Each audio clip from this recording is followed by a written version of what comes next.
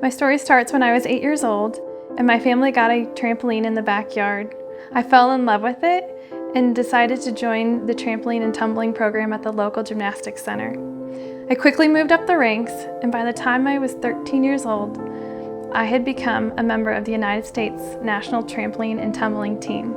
And for the next 6 years of my life, I got to travel around the United States doing competitions and exhibitions. By the time I was 19, I became the United States National Champion in the sport of trampoline and tumbling. September 20th, 2003 was a day that changed my life forever. It was a typical fall day out, and I headed to my gymnastics center to train. I was warming up doing a skill that I had done hundreds of times before. It was a double front flip with a half turn. But this time, my aerial awareness skills were a little bit off, and as I went into the second flip, I opened up and landed flat on my back. Immediately, I knew something was wrong.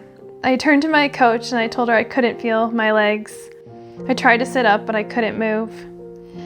Well, immediately they called the ambulance and I was taken to Broman Hospital. When I got there, I had CAT scans, MRIs, and x-rays. The neurosurgeon came out and told me that I had broken my back right where my belly button was at T11 and 12. I had a spinal cord injury and was paralyzed from the waist down. 2 days later, I had surgery to fuse my vertebrae together. Right before surgery, the neurosurgeon came to me and told me that I had a 30% chance of ever walking again with assistive devices. It was in that moment that you cling to your faith and you say that your faith is much greater than any statistic that a doctor gives you.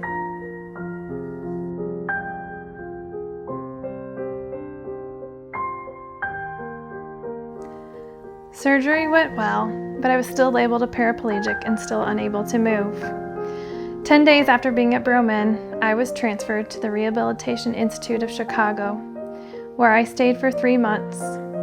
And every day, 8 hours a day, I did physical therapy, occupational therapy, and pool therapy, learning to live with this disability and learning how to walk again.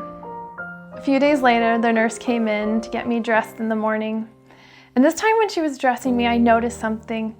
I noticed that my toe was flickering just a little bit, but it was the first time that I was controlling the movement, not just a reflex.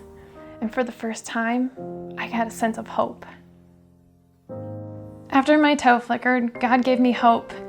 God gave the staff hope, and I worked really hard at therapy. And I set the goal that I would leave the Rehab Institute with a walker, walking 100 yards.